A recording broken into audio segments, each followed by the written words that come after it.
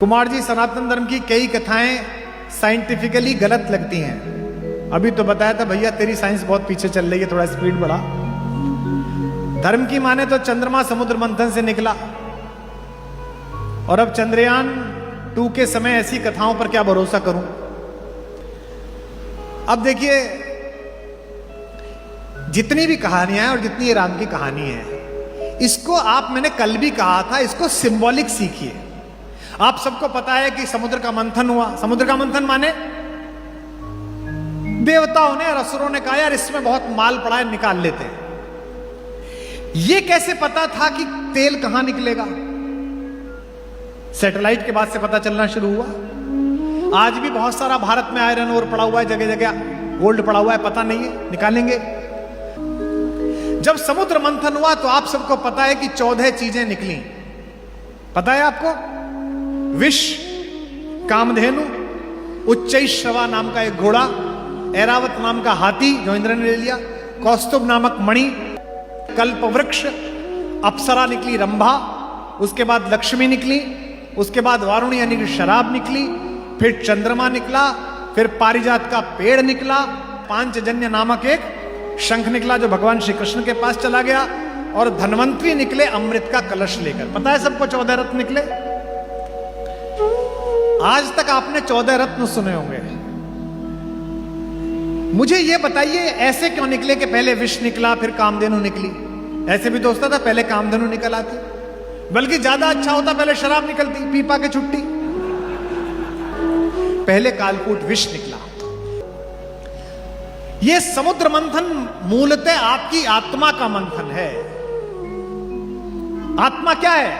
परमात्मा यानी कि समुद्र, और हम कौन है? बूंद।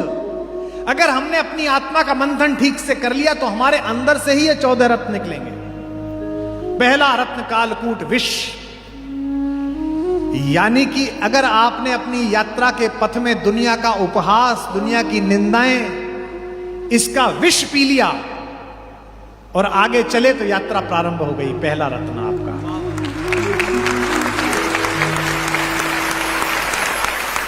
अपयश बहुत परेशान करता है, निंदा बहुत दुखी करती है, और अब सोशल मीडिया के जमाने में तो निंदा और प्रशंसा दोनों बहुत तेजी से फैलती हैं। मेरे को अभ्यास है कि मैं कई बार खुद लिखता हूं फेसबुक पे, कोई लिखना होता है। बंबई जा रहा था, मैंने कुछ लिखा, मेरी आदत है, जो मुझे फॉलो करते हैं वो देखते हैं, मैं लिखने के बाद 3-4 बिंदी लगाता हूं, वाक्य समाप्त नहीं करता, यानी कि कहता हूं आगे बढ़ेगी बात।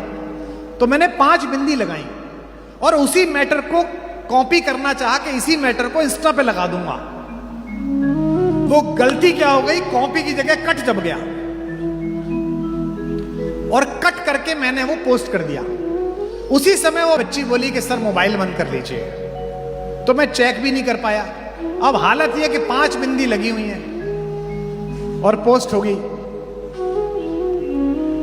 आपको आश्चर्य होगा, मैं बंबई उतरा तो मैं 10 मिनट तक हंसता रहा। नीचे 2700 कमेंट। यही तो विद्वान आदमी की पहचान है। हा हा हा। कुमार जी मन जीत लिया। क्या पंच तत्व की व्याख्या करी है आप? एक कह रहा नहीं पंच तत्व की नहीं, इससे तो ऊपर उठ गए, ये 5 ज्ञानेंद्रियों के बारे में बात की जा रही है। ये कालकूट विष है अपमान का, यह जगत की निंदा का विष है। अगर आपने इसे जीत लिया, पहला रत्न, अगला रत्न जो आ रहा है उसे भी आप देखेंगे। अगर आपने इसे जीत लिया तो आपको क्या मिलेगा? कामधेनु, यानी कि आपको प्रतिभा की कामधेनु प्राप्त होगी।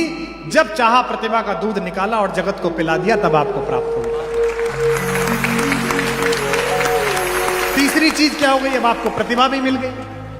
तीसरी चीज निकली समुद्र मंथन से उच्चैश्रवा नाम का घोड़ा, यानी कि आपने जगत की निंदा से भी खुद को बचा लिया कि लोग क्या कहेंगे, और आपने प्रतिभा को भी साध लिया कामधेनु के रूप में कि 24 घंटे मेहनत आप कर सकते हैं। तो फिर आपके संकल्पों को ऐसी गति मिलेगी जैसी उच्चैश्रवा नामक पंख जड़े हुए घोड़े के माध्यम से मिलती है। और अगर आपने संकल्पों को गति ले ली तो चौथी चीज क्या निकली थी?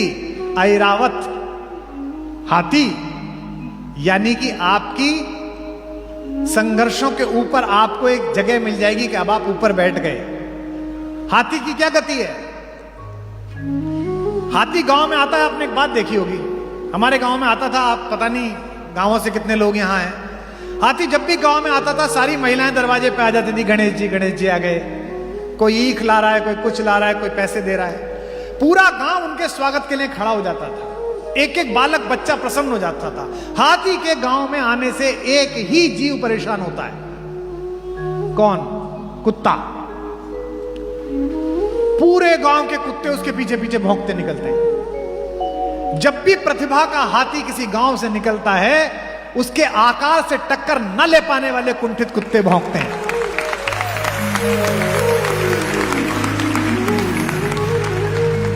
और आश्चर्यजनक बात देखो, ये कुत्ते आगे नहीं भौंकते, ये पीछे भौंकते हैं। इन्हें पता है कि आगे अगर आ गए तो यहीं से उस लोक जाओगे जहां की कामना है। ये कुत्तों का स्वभाव है कि प्रतिभा का हाथी जब भी जगत की वीथियों से निकलता है तो पूरे गांव के रास्ते भौंकते हुए जाते। वो इस बात से नाराज नहीं है कि हाथी क्यों आया, वो इस बात से नाराज है कि इसको इतना सम्मान क्यों मिल रहा है।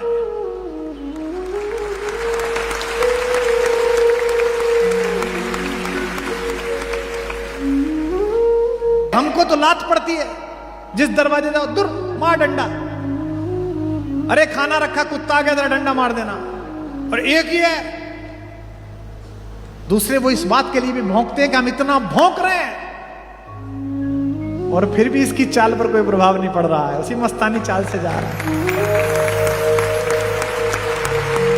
अगर आपके संकल्प को गति मिल गई तो यह हाथी का स्वभाव प्राप्त होगा। जब भी आपकी प्रतिभा के पीछे कुत्ते भौंके तो परेशान मत होना, क्योंकि आज तक किसी भी हाथी को भौंकते भौंकते कुत्ते अपने गांव से बाहर नहीं गए, उसी गांव में रह जाते हैं। उनकी इतनी औकात होती है कि वहीं तक रह जाए, क्योंकि उनकी एक हद है, उनकी सीमा है। कुछ देर तक भौंकेंगे और मुड़ने के बाद एक दूसरे की तरफ देखेंगे, अच्छा भौंका ना, बहुत अच्छा, बहुत सुंदर, और फिर एक दूसरे को प्रशंसा करते हुए आकर फिर उसी जुगाड़ में लग जाएंगे कि आज शाम खाना कहां हो। हाथी अगले गांव में आदर लेने के लिए चला जाएगा। इसीलिए कहते हैं स्वदेशे पूज्यते राजा, विद्वान सर्वत्र पूज्यते। राजा का सम्मान तो अपने देश में होता है, विद्वान का सम्मान हर जगह होता है।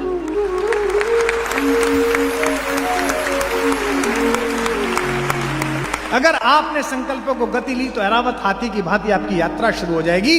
और कौस्तुभ मणि पांचवी चीज है जो श्रीहरि विष्णु के माथे पर लगती है। अगर आपने लोगों की जन आकांक्षाओं को ऊपर खड़े होकर देखना शुरू कर दिया और कुत्तों के भौंकने से बेखबर रहे, तो एक ना एक दिन आपके सिर पर मुकुट रखा जाएगा, कौस्तुभ मणि रखी जाएगी। एक के बाद एक क्यों निकल रही है, आगे पीछे क्यों नहीं निकल? इसलिए निकल रहे क्योंकि इसका प्रतीक शास्त्र है।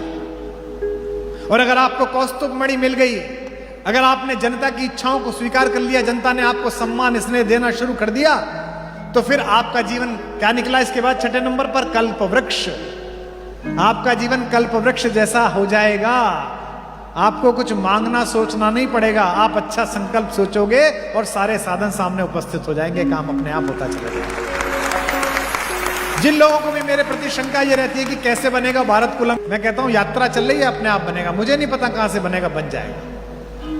लेकिन जब ये सब हो जाता है तो इसके बाद फिर परीक्षा प्रारंभ होती है। सातवीं चीज निकलती है, अप्सरा, रंभा।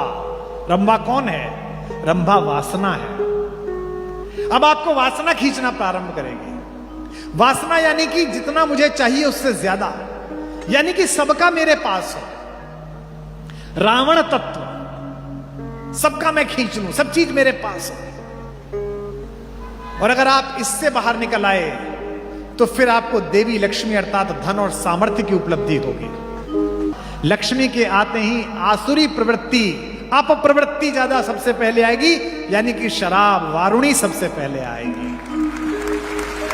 दौलत का नशा सबसे पहले आएगा। मैंने कल सुनाया था ना, जो खानदानी रईस हैं वो मिजाज रखते हैं नर्म अपना, तुम्हारा लहजा बता रहा है तुम्हारी दौलत नई नई है। अगर लक्ष्मी ज्यादा आ गई तो फिर असुर प्रवृत्ति आएगी। और अगर इस पर कब्जा कर लिया तो वारुणी के बाद क्या निकला 10वें नंबर पर? चंद्रमा।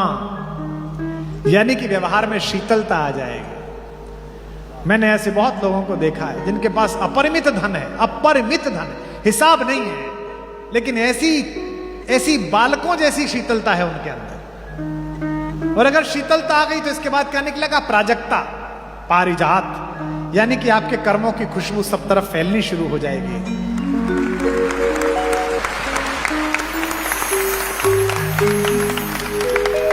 और अगर ये फैल गई तो 12वें नंबर पर क्या निकलेगा? पांचजन्य।